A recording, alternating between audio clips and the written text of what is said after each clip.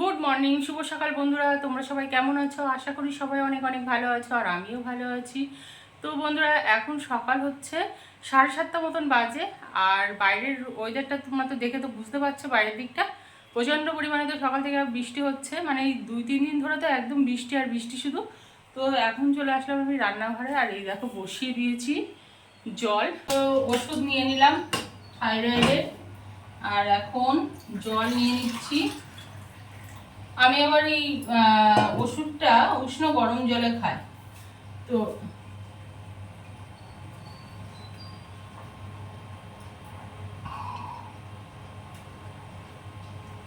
প্রথমে তাহলে জলটা খেয়ে নিই, আর বাইরে তো প্রচণ্ড বৃষ্টি। তো উষ্ণ গরম জল তো খেয়ে নিলাম, আর থাইরয়েডের ওষুধটাও খেয়ে নিয়েছি। আর বাইরের দিকে দেখো বৃষ্টি হচ্ছে। তো কদিন ধরে তো একদম লাগাতার বৃষ্টি হচ্ছিল, সেটা বলার কিছু নেই, সব দিকেই হচ্ছিল। আর এইগুলো হচ্ছে গতকালকে রাত্রের বাসন। তো গতকালকে এত শরীর খারাপ কি বলবো আর আমার, মানে আমি যে বাসনগুলো মাজবো সেটাও মানে মেজে রাখতে পারিনি, জানো তো। মানে কি বলো তো, ভালোই লাগছিল না। আর তার মধ্যে তোমাদের দাদাভাইয়ের জ্বর সেরকম, মেয়েটার শরীর খারাপ, মানে কি বলবো আর। সবার যেন একসঙ্গে মানে শরীর খারাপ হয়েছিল। আর চলো বাসন তো মেজে নিলাম, মানে সেই কি বলো তো, ইচ্ছা তো করছে না কাজ করতে, তবুও তো করতে হবে, না করলে হবে না। তো মেজে ঘষে একদম সিঙ্কটাও ভালো করে পরিষ্কার করে নিলাম।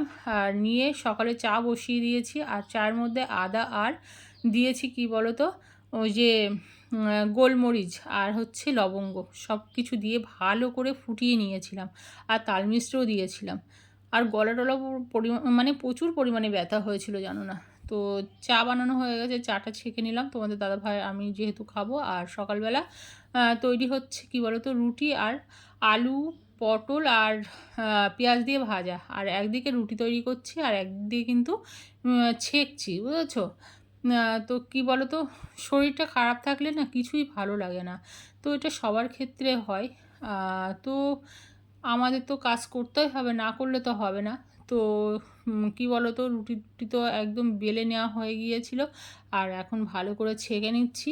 আর তোমাদের দাদাভাইয়ের তো মানে প্রচণ্ড পরিমাণে শরীর খারাপ, এত জ্বর হয়েছে কি বলবো আর। তো বললো আমি আর ভাত টাত কিছুই খাবো না, আমাকে রুটি তৈরি করে দাও। তো আলু ভাজা আর রুটি তৈরি করলাম। আর তার সঙ্গে মানে কি বৃষ্টি, মানে জানলাটা যে খুলে রাখবো তারও উপায় নেই, এত বৃষ্টি হচ্ছে। সব মানে সেই বৃষ্টির জল সব চলে আসছে রান্নাঘরের মধ্যে। তো এখন তোমাদের দাদাভাইয়ের খেতে দিচ্ছি, যে তুমি আগে তাড়াতাড়ি করে খেয়ে নাও, খেয়ে নিয়ে ওষুধটা খেয়ে নাও, আর আমি একটু পরে খাবো। তো কি বলো তো, বলছে মুখে কিছুই ভালো লাগছে না। তো আবারও চলে এসেছি দেখো রান্নাঘরে। আর বাড়িতে এসেছিলো মাছ। তো মাছ নিয়েছি, মানে 2 রকম মাছ, বুঝেছো, রুই মাছ আর হচ্ছে চিংড়ি মাছ নিয়েছিলাম। আর একদিকে এই যে ভাতের জলটাও বসিয়ে দিয়েছি।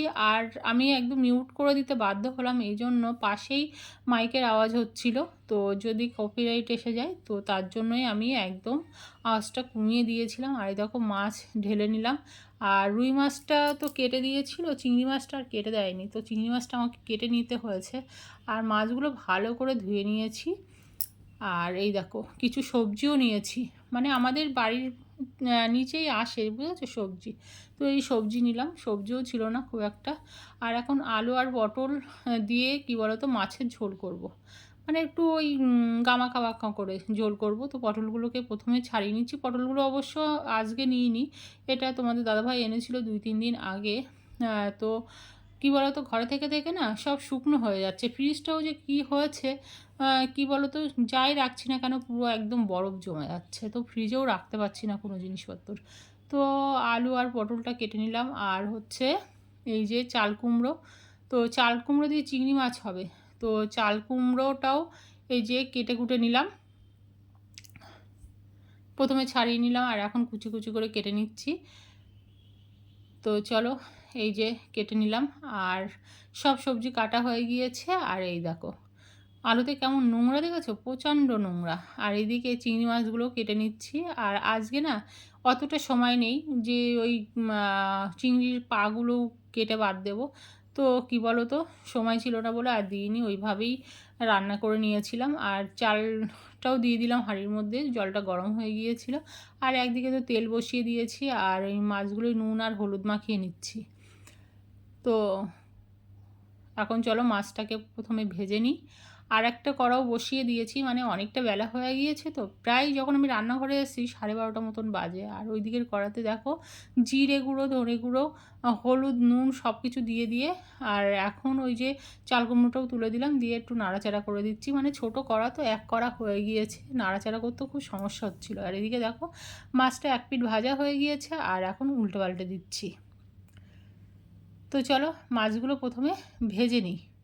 আর ওইদিকে তো ঢাকা দিয়ে দিয়েছি, ভাতটাও ফুটে উঠেছে, একটু মানে বন্ধ করে দিলাম। আর এদিকে একটা মশলা তৈরি করে নেবো। তো এর মধ্যে আদা, লঙ্কা আর টমেটো দিয়েছি, তার মধ্যে জিরে গুঁড়ো, ধনে গুঁড়ো আর হচ্ছে হলুদ, নুন দিয়ে একটা ভালো করে পেস্ট বানিয়ে নিয়েছি। আর দেখো একবার তো মাছ দিয়েছিলাম, যেগুলো ভাজা হয়ে গিয়েছিলো তুলে নিয়ে আবার মাছ ভেজে নিলাম। আর এখন জিরে ফোড়ন দিয়ে দিয়েছি, জিরে ফোড়ন দিয়ে এখন এই কেটে রাখা আলুগুলো দিয়ে দিলাম কড়ার মধ্যে। আর কি বলো তো, আলুটাকে একটু ভাজা ভাজা করে পটলটাকেও দিয়ে দিয়েছি, দিয়ে একসাথেই ভেজে নেব।